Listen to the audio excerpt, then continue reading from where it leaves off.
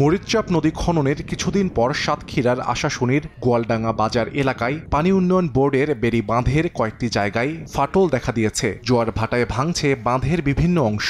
সম্প্রতি ওই এলাকার বেড়ি বাঁধের প্রায় 500 ফুটেরও বেশি জায়গা ধসে নদীতে বিলীন হয়।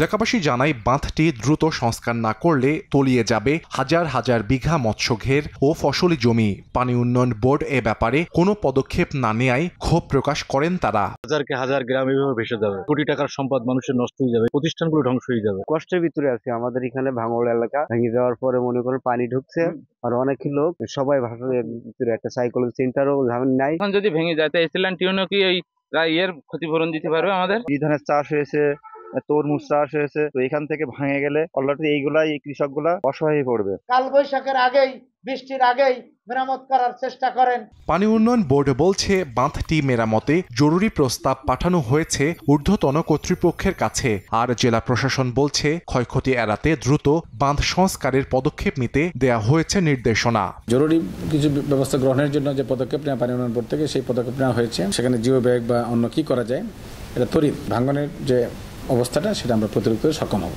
পানি উন্নয়ন বোর্ডের তথ্য মতে, আনুলিয়া ইউনিয়ন এলাকায় 16,86,00,000 টাকা ব্যয়ে গত বছরের 25 জুলাই শেষ হয় মরিচচাপ নদীর 5 কিলোমিটার খনন কাজ।